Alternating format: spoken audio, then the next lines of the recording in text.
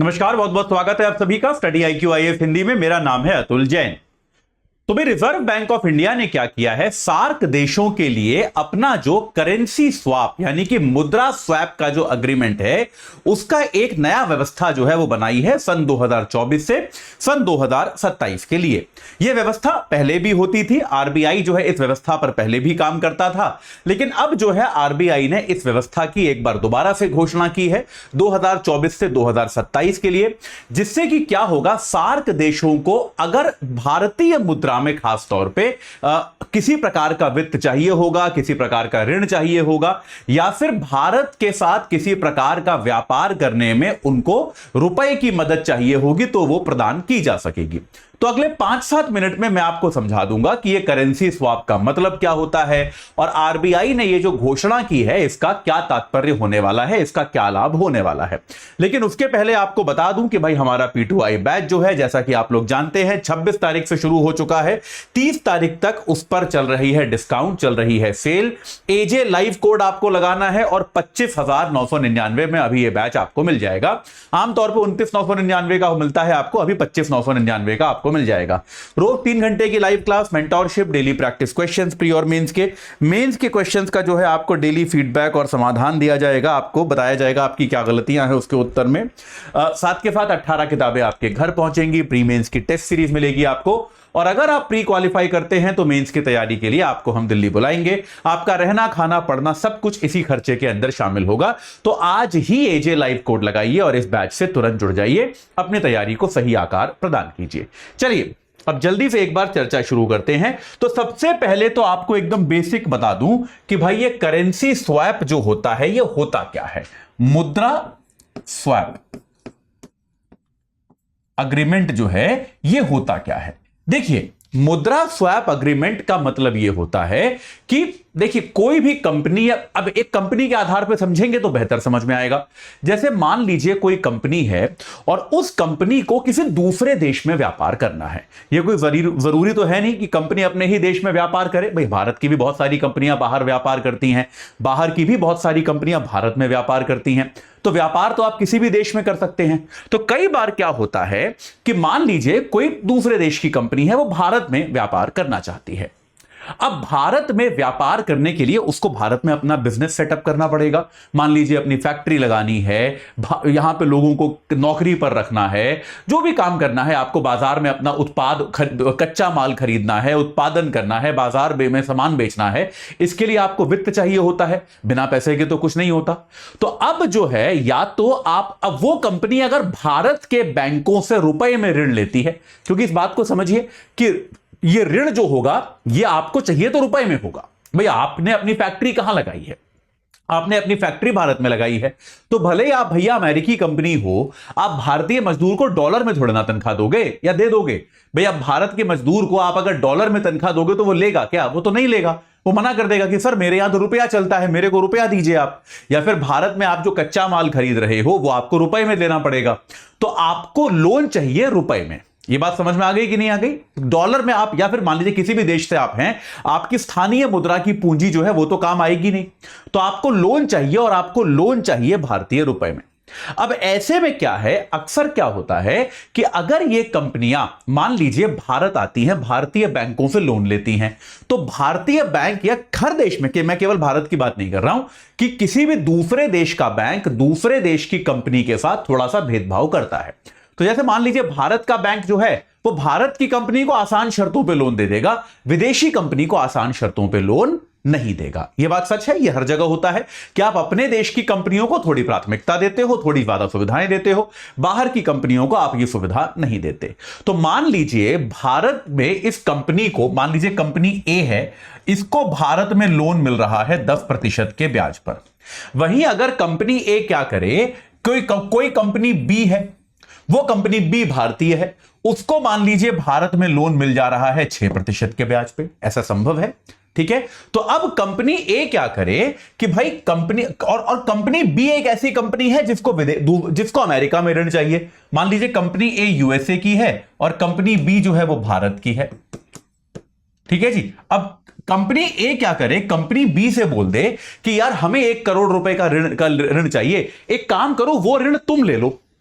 और तुम्हें यहां पे जो $1,00,000 का या जो भी एक्सचेंज रेट में बनता है उतने का ऋण हम ले लेंगे और फिर हम दोनों आंतरिक तौर पे इसको स्वैप कर लेंगे। समझ में आया या नहीं आया भाई? आप समझ रहे हो कि नहीं समझ रहे हो? एकदम स्ट्रेट फॉरवर्ड सी बात है। ये तो सीधा सीधा समझौता है कि भाई कंपनी ए है अमेरिका की, उसको अमेरिका में आसानी से ऋण मिल रहा है। कंपनी बी है भारत की, उसे भारत में आसानी से ऋण मिल रहा है। कंपनी बी को अमेरिका में आसानी से ऋण नहीं मिलेगा, कंपनी ए को भारत में आसानी से ऋण नहीं मिलेगा। तो कंपनी ए ने अमेरिका में ऋण ले लिया, कंपनी बी ने भारत में ऋण ले लिया, दोनों कंपनियों ने आपस में उस ऋण की अदला बदली कर ली। तो दोनों पे ऋण की लायबिलिटी कम हो गई, दोनों पे जो परसेंटेज आपको ब्याज देना पड़ रहा है वो कम हो गया। ठीक है, ये एकदम सिंप्लीफाइड तरीका आपको मैंने बताया बेटा मुद्रा स्वैप का। करेंसी स्वैप ये होता है। ठीक है, और ये कानूनी तौर पे होता है, ऐसा कोई गुपचुप चोरी छुपे नहीं कर रहे हैं, कानूनी तौर पे होता है। वो अपने ऋण को एक डेरिवेटिव बना के उसका व्यापार कर लेते हैं कि भाई हमारे पास इतने ऋण की सुविधा उपलब्ध है, इसको हम आपस में परिवर्तित कर लेते हैं। ठीक है, अब इसके बहुत सारे कॉम्प्लिकेटेड तरीके होते हैं। कई बार क्या होता है, पूरा ऋण नहीं करते, ऋण का एक हिस्सा करते हो, कई बार आप अपने ब्याज का स्वैप करते हो, तो बहुत सारे कॉम्प्लिकेटेड तरीके हैं, लेकिन बेसिक कॉन्सेप्ट ये है। ठीक है, आप देखोगे किताबों में इतना जटिल तरीके से डायग्राम वायग्राम बना के समझाया है, मत देखना, वो सब कंफ्यूज हो जाओगे, कोई फायदा नहीं है। अर्थशास्त्री थोड़ा ना बनना है आपको। जितना आपको पढ़ना है यूपीएससी के लिए, उसके लिए जितना मैंने बता दिया उतना काफी है। जहां पर आप कानूनी तरीके से ऐसा करें, याद रखिएगा गैर कानूनी तरीके से आप ऐसा नहीं कर सकते। ठीक है, ये बात स्पष्ट है। कानूनी तरीके से आप अगर ऐसा करें तो यह कहलाता है करेंसी स्वैप या फिर मुद्रा स्वैप। तो अभी आरबीआई ने क्या किया है कि सार्क देशों के लिए आरबीआई ने क्या किया है, एक मुद्रा स्वैप का फंड बनाया है। तो आरबीआई ने कितना फंड बनाया है, एक तो सन 2024 से 2027 के बीच में मान लीजिए सार्क देशों को मुद्रा स्वैप का प्रयोग करना है, तो उनके लिए आरबीआई ने एक 25,000 करोड़ रुपए का फंड बनाया है अगर उनको रुपए में मुद्रा स्वैप करना है। भाई मान लीजिए अपने देश की मुद्रा में उनके पास कुछ ऋण है, कुछ पूंजी है, जिसको वो भारतीय रुपए में परिवर्तित करना चाहते हैं, तो यह सुविधा उनको 25,000 करोड़ के अमाउंट तक आरबीआई स्वयं दे देगा। ये क्या है, क्योंकि सार्क देश हमारे पड़ोसी देश हैं, भारत एक बहुत सक्रिय और बहुत नेतृत्व वाला सदस्य होता था सार्क में, तो ये एक अतिरिक्त सुविधा है जो भारत सार्क देशों को प्रदान करता है कि आपको और कहीं जाने की आवश्यकता नहीं है, आप सरकारी स्तर पे हम ही करके दे देंगे आपको। तो उसके लिए क्या करना पड़ेगा, पर याद रखिए इतना काफी नहीं है कि मैं सार्क देश हूं तो मेरा आप एक काम करो, मेरा लोन कन्वर्ट कर दो, ऐसा नहीं है। तो इसके लिए क्या करना पड़ेगा, जिस भी सार्क देश को इस सुविधा की आवश्यकता हो, और ये जो है देशों के लिए उपलब्ध है, देशों का जो अपना ऋण है, देशों की जो अपनी पूंजी है उसके लिए उपलब्ध है। जिस सार्क देश को इस सुविधा की आवश्यकता हो, उसको आरबीआई के साथ एक बायलैटरल समझौता करना पड़ेगा। ये एक सुविधा है, लेकिन उसके लिए आपको पहले द्विपक्षीय समझौता करना पड़ेगा, जो कि आप समझ सकते हैं भाई किसी भी डेरिवेटिव में। अगर आप लोगों ने, अच्छा मैंने P2I में डेरिवेटिव बहुत विस्तार से पढ़ाया है, तो आप जब भी किसी डेरिवेटिव में ट्रेड करते हो तो आपको एक समझौता तो करना ही पड़ता है। इसको आप ऐसे समझ लो कि भाई आप किसी का मकान किराए पे ले रहे हो, तो आपको अग्रीमेंट तो करना ही पड़ेगा ना, भले ही वो मकान अवेलेबल है और आपके पास पैसे हैं देने के लिए। तो ऐसा थोड़ा ना है कि आप सामान उठा के उसके घर में रहना शुरू कर दोगे, आपको एक अग्रीमेंट तो करना ही पड़ता है ना। आजकल क्या है, ऐसी वेबसाइटें बन गई है जहां पे लिखा आ जाता है कि भाई ये मकान अवेलेबल है इतने में, आप यहां से मिल सकते हो, बात कर सकते हो, वो बात सही है, लेकिन तब भी आपको बायलैटरल अग्रीमेंट तो करना पड़ेगा। जैसे आजकल क्या 99acres.com वगैरह है जहां से आप घर ढूंढ सकते हो भाई, लेकिन किसी के घर में घुसने के पहले आपको एक समझौता करना पड़ता है उस व्यक्ति के साथ। वही वाली बात है कि ये आरबीआई ने सुविधा उपलब्ध करा दी है, लेकिन अगर आपको इसका लाभ उठाना है तो आपको बायलैटरल समझौता एक आरबीआई के साथ करना पड़ेगा, जिसमें शर्तें इत्यादि होंगी कि भाई क्या शर्तें हैं और क्या नहीं है। तो ये बात आप सिंपल सी याद रखिए। ये जो सार्क का एक करेंसी स्वैप फैसिलिटी है, सार्क देश जो हैं उनका जो ये करेंसी स्वैप फैसिलिटी है, ये 2012 में शुरू किया गया।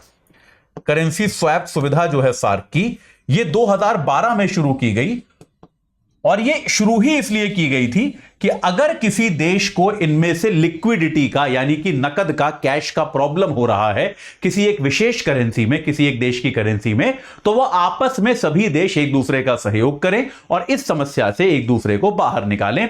इस विचार के साथ यह सुविधा जो है प्रारंभ करी गई थी। तो 2024 से 2027 के लिए आरबीआई ने क्या कर दिया है, इसको एक ये फैसिलिटी जो है ये इंट्रोड्यूस कर दी है। जिस भी देश को इस सुविधा का लाभ चाहिए वो हमारे साथ बायलैटरल समझौता करके जो है आगे आ सकता है और इसमें अब आगे जो है इस सुविधा का लाभ उठा सकता है। 25,000 करोड़ रुपए जो हैं हमने ईयर मार्क किए हैं, 250 बिलियन रुपए यानी कि 25,000 करोड़ रुपए आरबीआई ने इस चीज के लिए रखे हैं। आरबीआई ने यह भी कहा है कि अगर आपको करेंसी स्वैप करना है डॉलर या फिर यूरो में, आप समझ सकते हैं उसकी मांग ज्यादा होगी, ये बात आप समझ सकते हैं।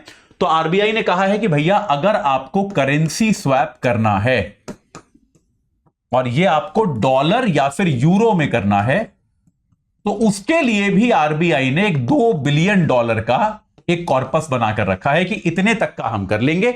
नियम इसके भी वही हैं, आपको फिर से आरबीआई के साथ एक बायलैटरल एग्रीमेंट यानी कि एक द्विपक्षीय समझौता करना पड़ेगा। तो आइडिया वही है कि इस काम के लिए आरबीआई एक सुविधाजनक व्यवस्था बना रहा है ताकि दुनिया के देशों को इसमें किसी प्रकार की कोई समस्या ना हो। अर्थव्यवस्था का टॉपिक है, कई बार डेरिवेटिव लोगों को जटिल लगते हैं। अगर आपका कोई डाउट है इसमें तो कृपया कमेंट सेक्शन में जरूर पूछिएगा, मैं उसका निराकरण 100% करूंगा।